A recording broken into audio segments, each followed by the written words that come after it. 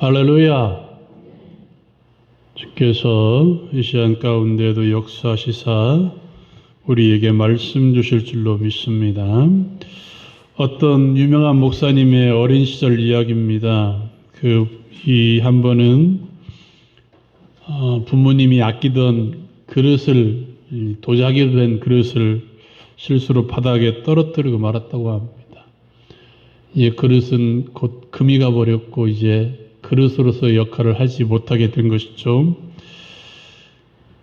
근데 다행스럽게 자기가 떨어뜨린 것을 아무도 못 봤다고 그래요.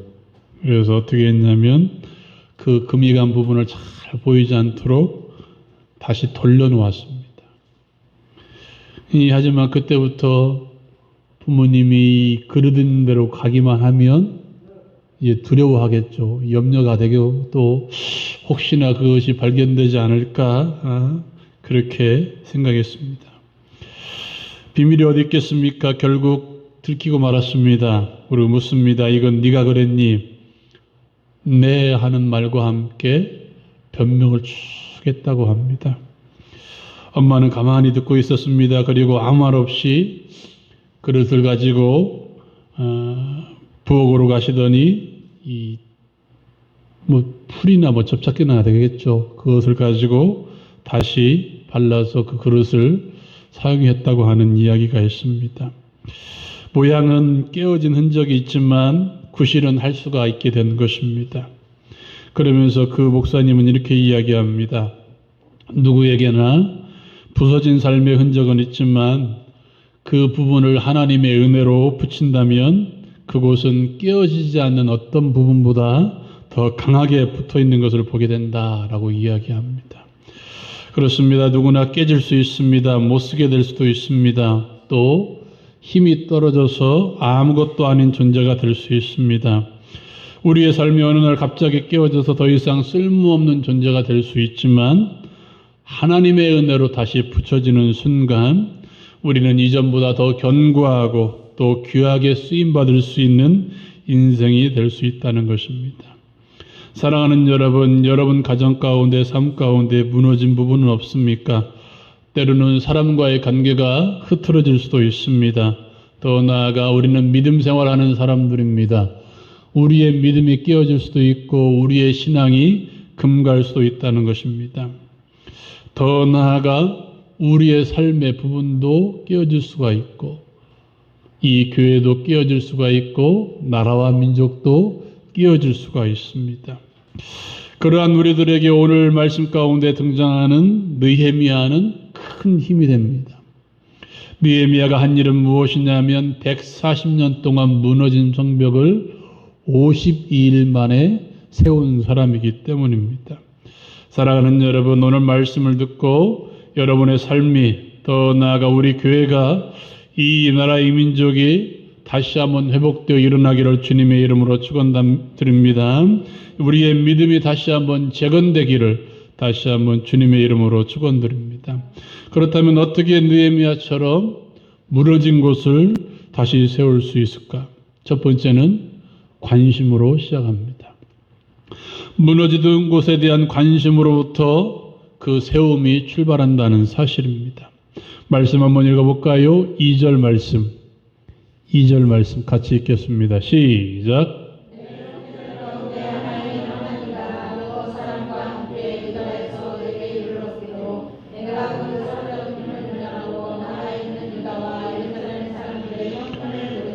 아멘, 아멘. 형편을 물었다는 것은 그것에 대해서 관심이 있다는 것입니다.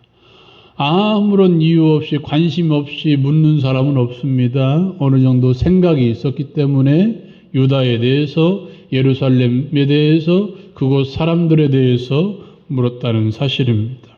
사랑하는 여러분, 느헤미야는 유다와 예루살렘과 전혀 상관이 없는 직책을 가진 사람입니다. 그는 왕궁에서 일하던 사람이었습니다. 나중에 볼 수 있겠지만 왕의 수관원이 되었던 사람입니다. 그럼에도 불구하고 느헤미야가 그들에 대해서 관심을 가진 이유가 무엇일까? 말씀 한번 읽어볼까요? 1절 말씀. 1절 말씀 같이 읽겠습니다. 시작.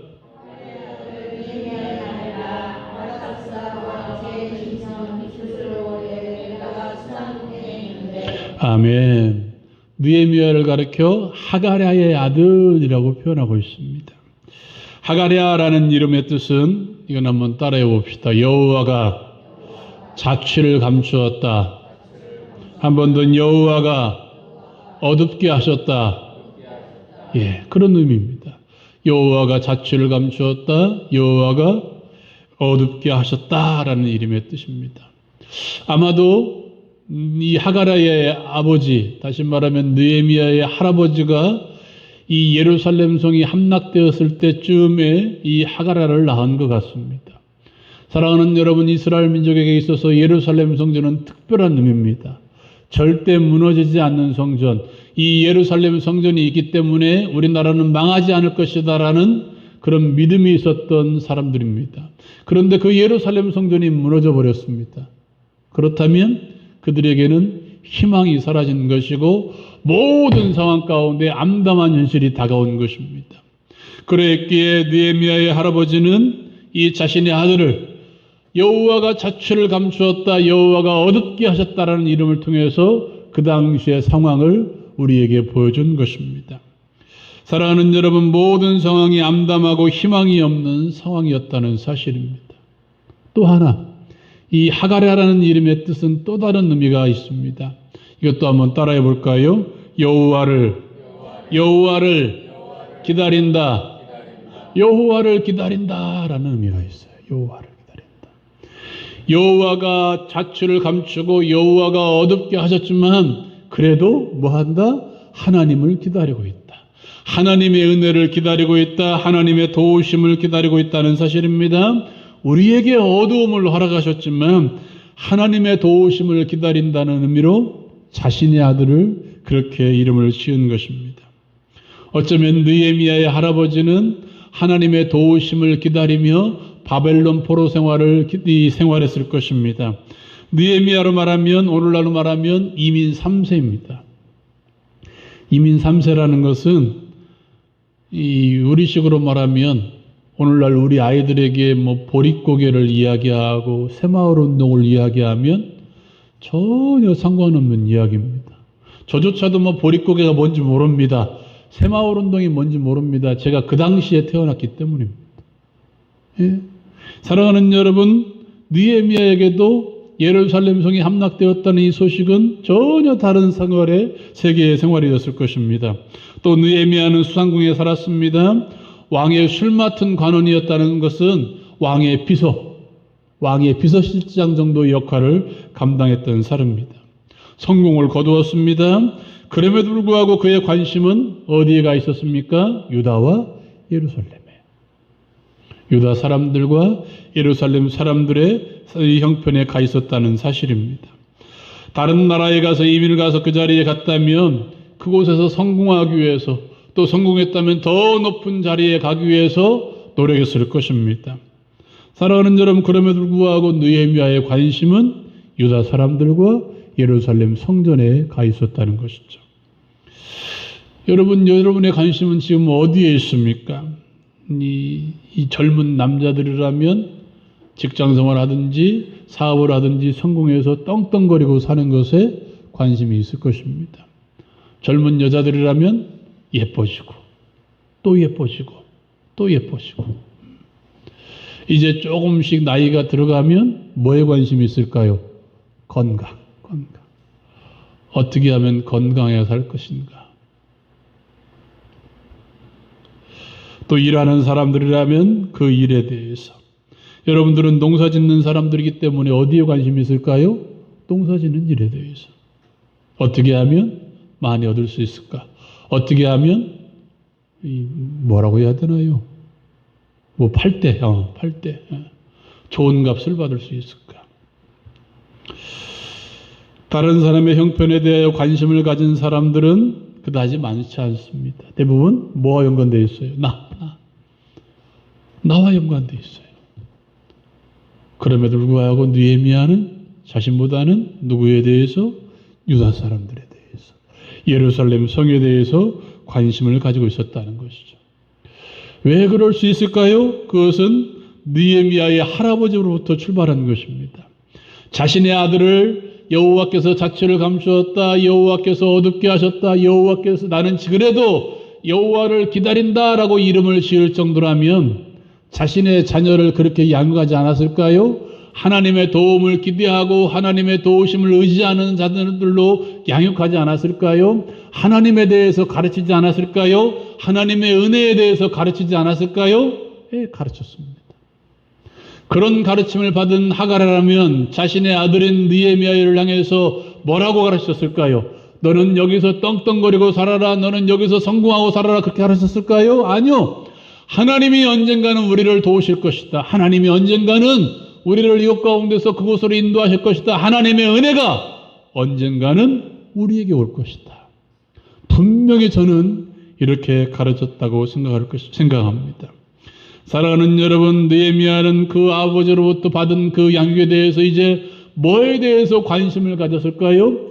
언젠가는 저 성이 재건될 것이다. 언젠가는 저 성전이 재건될 것이고 언젠가는 저 예루살렘 성이 다시 회복될 것이다.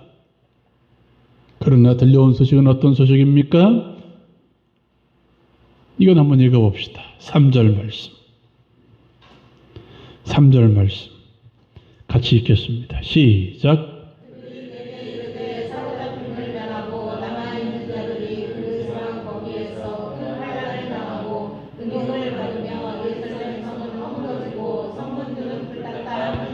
아멘, 아멘. 느헤미야가 들었던 이 소식은 예루살렘 성이 무너졌다는 소식. 사랑하는 여러분, 관심을 가지고 있으면 그것만 보입니다. 그것만 보여요. 땅에 대해서 관심을 가지고 있으면 땅만 보입니다. 어떤 물건에 대해서 관심을 가지고 있으면 그 물건만 보입니다. 무엇을 사려고 그것에 대해서 관심을 가지고 있으면 어디를 가둬도 그것만 보입니다. 사람에 대해서 관심을 가지고 있으면 그 사람만 보입니다. 사랑하는 여러분, 세상이 출세에 대해서 관심을 가지면 뭐만 보일까요? 어떻게 하면 출세할 수 있을까? 그 길만 보입니다.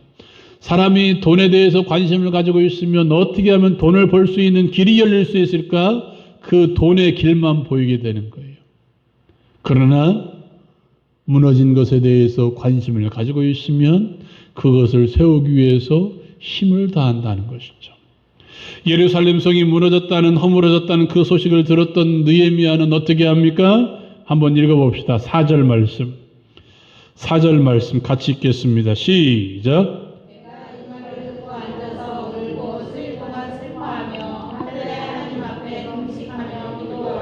아멘. 이 말을 듣고 앉아서 울고 수일 동안 슬퍼하며 하늘의 하나님 앞에 금식하며 기도했다라고 이야기합니다. 무언가에 관심을 가지고 있는 신앙인이라면 반드시 하게 되는 것이 뭐예요? 기도하는 것이죠. 뭔가에 대해서, 무슨 일에 대해서 관심을 가지고 있는 예수 믿는 사람이라면 그 일에 대해서 반드시 하게 되는 게 기도라는 것입니다. 다시 말해서 그 사람이 기도하는 내용을 들여다보면 그 사람이 뭐에 대해서 관심을 가지고 있는지 알 수 있다는 거예요.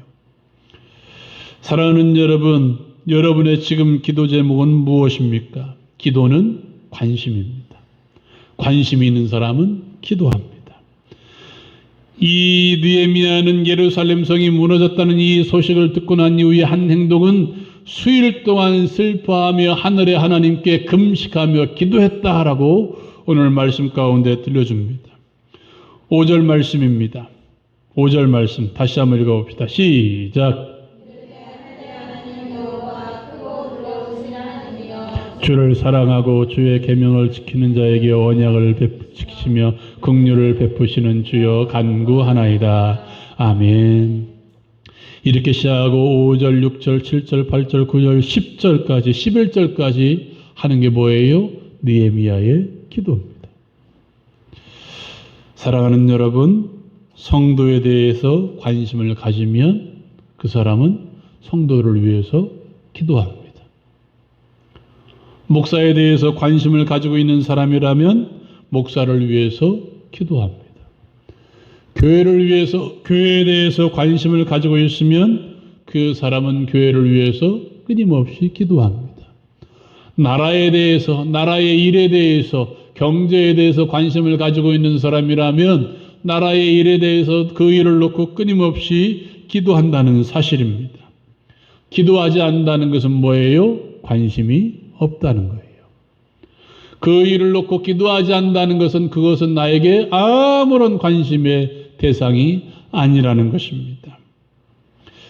사랑하는 여러분, 기도를 통해서만이 회복의 시작이 일어납니다. 기도하는 자만이 하나님의 회복하심을 경험합니다. 기도하는 자만이 그 회복에 대해서 노력하고 힘을 다한다는 사실을 여러분 기억하시기 바랍니다. 느헤미야가 그렇게 했습니다. 느헤미야는 마지막 무너진 곳에 대해서 헌신을 다짐합니다. 관심은 기도로 이어집니다. 이제 기도하는 자는 그 무너진 곳을 위해서 헌신합니다. 관심이 있는데 기도하지 않는다? 그것은 말이 되지 않아요. 나 교회에 대해서 관심이 있는데 기도하지 않는다? 말이 되지 않아요. 내가 기도하는데 교회를 위해서 헌신하지 않는다? 이것도 말이 되지 않는 일입니다. 그것은 단순한 호신 정도밖에 되지 않습니다. 또한 진정으로 기도하는 사람은 헌신하게 되어 있습니다. 사랑하는 여러분, 우리 말씀 한번 읽어볼까요? 11절 말씀. 11절 말씀 같이 읽겠습니다. 시작.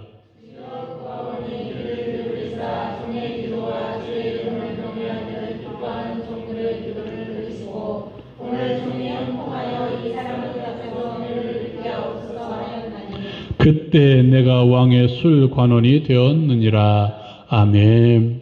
느헤미야가 예루살렘과 예루살렘 성을 놓고 끊임없이 기도합니다. 하나님께서 하신 방법은 뭐예요? 느헤미야를 술 관원으로 만들어 주었습니다. 술 관원이라 하면 오늘날로 말하면 비서실장 정도 됩니다. 대통령의 비서실장 정도. 상당히 높은 직책이죠. 사랑하는 여러분, 그 정도 올라갔으면 이제 뭐 할까요? 오늘날 우리나라로 말하면 이제 국회의원 되려고 할 것입니다. 국무총리가 되려고 하고 더 나아가 이제는 대통령도 되려고 할 것입니다. 그런데 느헤미야는 다른 곳에 관심이 있었던 것 같아요. 말씀 한번 읽어볼까요? 2장 4절 5절 말씀. 2장 4절 5절 말씀. 같이 읽겠습니다. 시작.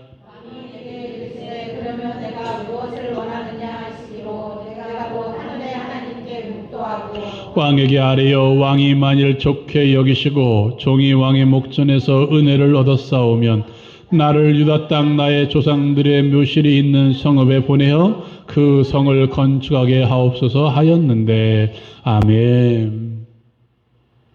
사랑하는 여러분, 느헤미야는 이제 나를 더 높은 자리로 가기 위해서 노력한 것이 아니라 왕이시여 이제 나를 예루살렘으로 보내주셔서 그곳에서 왕의 성인, 왕의 묘실이 있는 그 성읍을 건축하게 해주십시오 라고 기도하고 있습니다.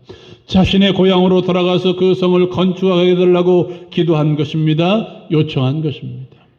실제로 이 일 후에 느헤미야는 예루살렘 성에 돌아가서 52일 만에 많은 어려움도 있었고 많은 혼란도 있었고 많은 핍박도 있었지만 그곳에서 52일 만에 이 성을 건축하고 주님 앞에 봉헌합니다. 우리나라에 처음 들어왔던 선교사 중에 한 분이 언더우드라는 선교사님이 계십니다.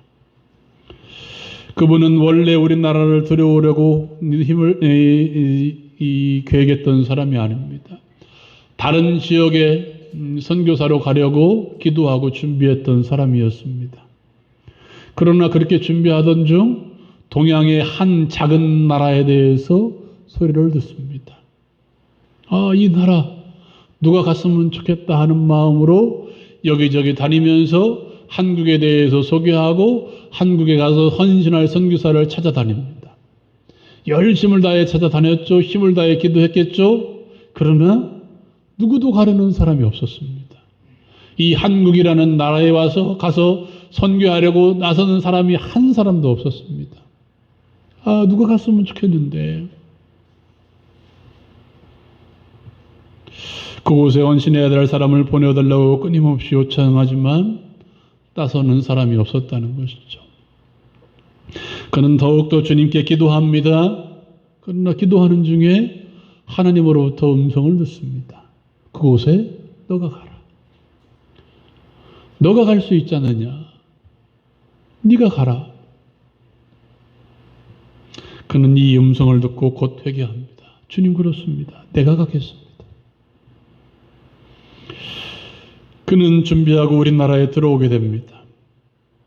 그는 많은 노력을 했습니다. 많은 헌신을 했습니다. 그가 특별히 노력한 것이 뭐냐면 교육입니다. 교육. 그를 통해서 처음으로 세워진 학교, 이 나라에 처음으로 세워진 대학교가 있습니다. 그것이 오늘날 연세대학교입니다. 연세대학교. 그 당시에 연희전문대학교. 사랑하는 여러분, 그 언더우드 선교사의 1세, 또 2세, 3세, 지금은 4세까지 남아서 우리나라를 위해서 지금도 헌신하고 있습니다. 얼마 전에 TV에 나왔더라고요. 언더우드 4세가. 그 사람이 하는 일이 무엇이냐면 외국에 있는 기업을 우리나라에 유치하기 위해서 일하는 사람입니다. 다시 말해서 우리나라를 외국에 소개하고 그 소개함으로써 이 나라가 이렇게 기업하기 좋은 나라다라고 소개하는 일을 하고 있습니다. 철저히 한국을 위해서 헌신했던 사람. 사랑하는 여러분, 하나님께서는 기도하는 자를 헌신자로 세웁니다. 교회에 대한 헌신은 다른 그 무엇도 아닌 관심으로부터 출발합니다. 믿음에 대한 헌신 또한 무엇으로? 관심으로부터 출발한다는 거예요. 나의 믿음 또한 뭘로부터? 내 믿음 생활에 대한 관심으로 출발한다는 거예요. 내가 믿음 생활을 잘할 수 있는 가장 좋은 방법은 내가 어떻게 하면 믿음 생활을 잘할 수 있을 것이든가에 대한 관심으로 출발합니다. 그러한 관심조차 없는 사람은 믿음 생활은 뭔지도 모르고 왜 믿음 생활을 해야 되는지도 모르고 이것이 믿음 생활이 잘하는 것인지도 모르고 그냥 생활하는 거예요. 교회도 마찬가지입니다. 교회 부흥은 뭘로부터? 교회 부흥에 대한 관심으로부터. 나라의 회복도 또한 무엇으로부터? 나라에 대한 관심으로부터.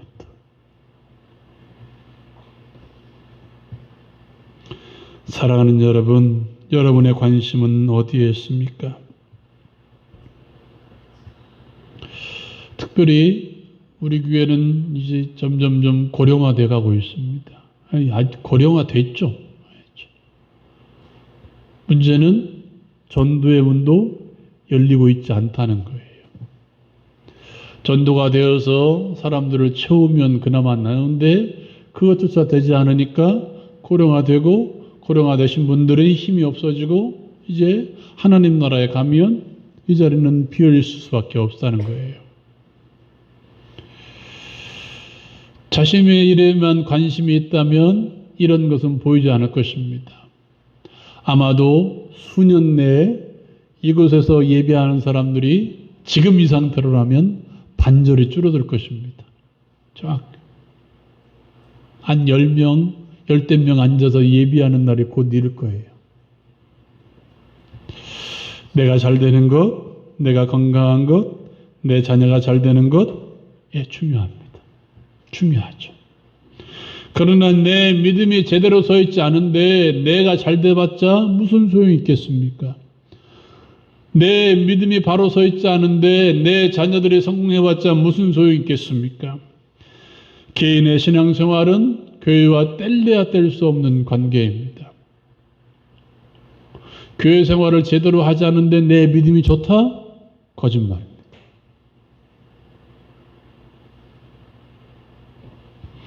교회가 무너져 내리고 있는데 내 믿음 생활이 잘 되고 있다? 이것도 맞지 않은 일이에요. 먼저 우리의 관심을 우리의 믿음으로 돌려야 됩니다. 가장 먼저 힘써야 될 일은 내가 어떻게 하면 믿음 생활을 잘할 수 있을 것인가? 내가 어떻게 하면 하나님의 은혜 가운데 살아갈 수 있을 것인가? 이것으로 관심을 돌려야 됩니다. 이게 교회의 출발이에요. 교회 출발. 그 다음에 우리의 관심을 교회로 돌려야 됩니다. 교회로.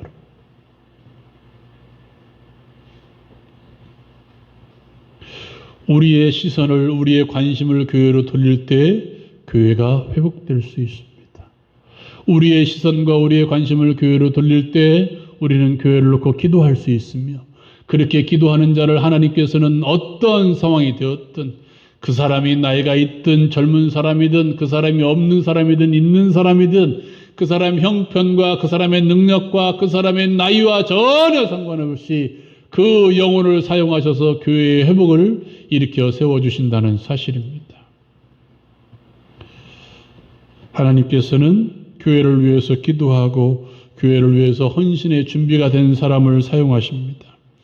사랑하는 여러분, 그 영혼을 오히려 더 나아가 그 가정을 회복시켜 주셔서 온전히 교회에 헌신할 수 있도록 도와주자는 사실입니다. 사랑하는 여러분, 먼저 그의 나라와 그의 의를 구하라고 말씀하셨습니다. 그리하면 이 모든 것을 너희에게 더하시리라라고 말씀하셨습니다.